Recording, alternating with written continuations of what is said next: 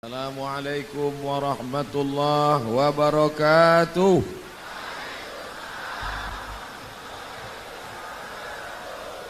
Bersyukur kepada Allah dengan mengucapkan Alhamdulillahi Rabbil Alamin.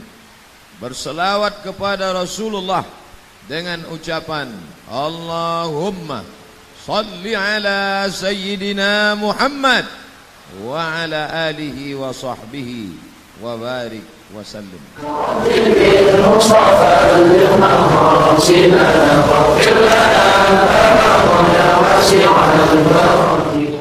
Hendak memasak memakai minyak, membuat tapai dengan ragi. Karena pantun sudah banyak, saya tidak ulang sekali lagi. Para kiai, alim ulama, tuan-tuan guru, hadirin hadirat muslimin muslimat, insyaallah kita semua dimuliakan Allah Subhanahu wa taala.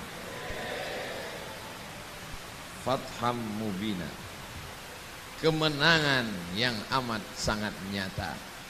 Siapa yang bilang kita kalah? Siapa yang mengaku dirinya kalah? Siapa yang dikatakan kamu kalah? Siapa yang dihina, ditunjuk dengan jari kiri, kamu kalah, kamu ingin menang, pakai baju ini, fatham mubina, kemenangan yang nyata. Engkau menang karena uangmu banyak, kau pakai pengacara. Engkau menang karena pandai bersilat lidah. Apa artinya kau menang? Menang jadi arang, kalah jadi debu. Udah, itu aja. Tidak ada artinya menang. Tapi kalau fatham mubina, engkau memang menang. Kenapa menang? Karena Al-Quran bersarang di kepalamu 25 juz. Loh, tapi biasanya 30 Pak Ustaz, 5 lagi nyusul insyaallah. Loh, yang 25 juz tadi Ustaz Somad? Bukan, Ananda Iqbal. Kelas 10, 25 juz di kepalanya. Kalau dia pejamkan mata, langsung kelihatan Al-Baqarah, An-Nisa, Al-Maidah, Al-An'am, Al-Anfal, sampai Amma Yatasa'alun. Ada di kepalanya. Kita pejamkan mata, nasi uduk, makan. Malu kita kepada Ananda Iqbal. Hafal Quran, menjejakkan kaki ke Makkah Al-Mukarramah. Padahal usianya muda belia, bibarakatil Quran. Makanya tema kita pada kesempatan yang agung dan mulia, di tempat yang paling baik, tempatnya anak-anak menghafal Al-Quran, pondok pesantren yatim dan du'afa, fatham mubina. Apa dia? Menuju negeri bersama Al-Quran, menuju negeri yang diberkahi. Kalau anak muda yang lain sibuk dengan geng motornya, anak muda lain sibuk dengan pacarnya, anak muda lain sibuk dengan filmnya, anak muda lain sibuk dengan Twitter, BBM, WhatsAppnya. Tapi Ananda Iqbal sibuk dengan mengulang hafalan Al-Qur'annya. Al-mahiru bil Qur'an, yang mahir menghafal Al-Qur'an, membaca Al-Qur'an, memahami Al-Qur'an. Ma'as safaratil kiramil bararah, nanti dibangkitkan bersama para malaikat. Amin. Idza sama'um fatarat, langit terbelah. Wa idzal kawakibun tarat, planet bertabrakan. Wa idzal bi'aru fujirat, lautan diledakkan. Wa idzal quburu bu'thirat, semua yang dikubur bangkit dari kubur. Pandang ke kanan, malaikat. Lihat ke kiri, malaikat. Pandang ke depan, malaikat. Lihat ke belakang, malaikat. Di atas, malaikat. Di bawah, malaikat. Mengapa aku bangkit bersama malaikat? Karena engkau mahir Al-Quran. Siapa itu? Alumni fatham mubina. Amin. Ada orang yang dibangkitkan bersama malaikat. Ya, pandang kanan malaikat, kiri malaikat, atas malaikat, bawah malaikat. Pagi, petang, siang dan malam menghafal Quran. Tapi nanti juga ada di akhirat. Begitu bangkit dari kubur, pandang ke sebelah kanan, Jet Li. Sebelah kiri, Amitabh Bachchan. Kenapa? Karena engkau hobi melihat Bollywood. Apa yang kau lihat, apa yang kau dengar, apa yang kau pikirkan, itulah yang akan bersama dengan engkau pada saat kematian. Mereka yang menghafal Quran, malaikat akan turun bersama saat malaikat maut akan mencabut nyawa, sebelum malaikat Israel mencabut nyawa, sebelum malaikat maut menyentap nyawanya. Pada saat itu turun malaikat berkata, Allah takhafu, hai calon jenazah, jangan takut, jangan cemas, wala tahzanu, jangan sedih, jangan takut, jangan sedih, wa abshiru bil jannati allati kuntum tu'adun, berbahagialah engkau mendapatkan surga yang sudah dijanjikan Allah. Mudah-mudahan kita mendapatkan itu insyaallah. Bapak, itu siapa yang baca Quran, Pak? Anak saya. Hebat anak bapak baca Quran. Ya, siapa dulu bapaknya? Bapak yang ngajar? Enggak, guru ngaji. Kita tidak ngerti Quran, maka kita jangan sampai anak-anak kita mewarisi sifat kita yang tidak paham. Saya Pak Ustadz orangnya bodoh, dulu jahil, nggak ngerti agama, sekarang hijrah, anak saya mesti bisa baca Quran, mesti hafal Quran. Begitu, betul. Jangan sampai Ustadz, saya ini orangnya bodoh, orangnya goblok, anak saya mesti lebih goblok dari saya. Lalu anak-anak ini diserahkan kemana? Yang sudah menyerahkan anaknya ke pondok pesantren, alhamdulillahi rabbil alamin. Yang sudah mendaftarkan anaknya ke pondok pesantren, Islamic Boarding School, SDIT, SMPIT, SMAIT, apa IT lagi? Pokoknya semua yang baik-baik, yang bagus-bagus, daftarkan anak Anda. Bisa lulus ke universitas negeri, mantap. Masukkan sekolah anak Anda, akan masuk tanpa SNMPTN, seleksi nasional masuk perguruan tinggi, hebat. Tapi ada yang lebih hebat, masukkan anak Anda, tamat dari sini akan 30 juz. Loh, katanya 30 juz. Iya, anak saya kok juz 30? Ya tergantung kapasitas masing-masing, keseriusannya, keteguhannya. Buktinya mana? Datang kemari, lihat dengan nyata. Tapi tentulah yang namanya pondok pesantren, dia perlu tiang-tiang, perlu atap, perlu lampu, perlu makan, perlu minum. Jadi ujungnya ya dana nih Pak Ustaz. Tidak, kita tidak minta dana. Engkau yang menolong pondok pesantren, dengan bangga engkau dan sombong kau katakan, kalau bukan karena uang saya, kalau bukan karena semen saya, kalau bukan karena batu dari saya, kalau bukan karena kerikil saya, kalau bukan batu bata saya, bukan. Jangan pernah kau katakan saya. Hai saudaraku yang angkuh dan sombong, jangan kau katakan saya. Karena yang selalu mengatakan saya ada 4. Yang pertama Fir'aun, ana rabbukumul a'la, saya Tuhan yang paling tinggi. Yang kedua Qarun, innama utituhu ala ilmin indi, aku kaya karena ilmuku, karena otakku, karena kerjaku, karena etos kerjaku, karena manajemen ekonomiku.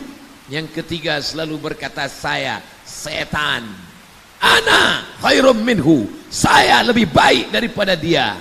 Fir'aun, Qarun, setan. Yang keempat siapa? Kamu. Selalu dikit-dikit saya, dikit-dikit saya. Memangnya kamu lahir bawa semen? Ada orang lahir bawa kerikil, ada lahir bawa batu bata. Akhrajakum min butuni ummahatikum, dia yang mengeluarkan engkau dari perut ibumu. La ta'lamuna syai'a, kamu tidak tahu apa-apa, tidak bawa apa-apa, panjangmu sejengkal. Ada yang lebih panjang? Iya dikit. Tapak kakimu cuma 2 jari. Makanya kalau ada undangan akikah datang, undangan walimah datang, ada keyboard tunggalnya jangan. Rusak matamu. Penyanyi naik ke atas pentas, pakai rok pendek, gak boleh dilihat. Jangan. Kalau terlihat istighfar. Ada juga yang roknya panjang. Iya roknya panjang, resleting belum dipasang. Oleh sebab itu maka jaga matamu, jaga kehormatanmu, jaga dirimu, inna sam'a, pendengaran, wal basar, penglihatan, wal fuad, hati dan pikiran, kullu ulaika kana anhu mas'ula, semua akan disoal, semua akan ditanya, semua akan dituntut di hadapan Allah Subhanahu wa ta'ala. Di pondok pesantren mata mereka terjaga, yaqra'una al-Quran, membaca Al-Quran, lailan wa naharan, siang dan malam. Begitu Ustaz Somad dan rombongan sampai, apa yang mereka katakan? Mereka tidak berkata welcome, mereka tidak berkata good morning. Apa yang mereka katakan? Allahumma arhamna bil Quran waj'alhu lana imaman wa nuran wa hudan wa rahmah. Allahumma dhakkirna minhu ma nasina, allimna minhu ma jahilna, warzuqna tilawatahu ana al-laili wa ana an-nahar, waj'alhu lana hujjatan ya rabbal alamin. Mudah-mudahan itu yang menjadi penolong kita nanti insyaallah. Anak akan lari, yauma yafirrul mar'u min akhi, saudara kandung tidak bisa membantu, wa ummihi wa abi, ibu dan ayah tidak bisa membela, wa sahibatihi wa bani, anak dan istri, buah hati, bulayan jiwa pergi entah kemana. Lalu siapa yang akan menolong? Iqra'ul Quran, baca Al-Quran.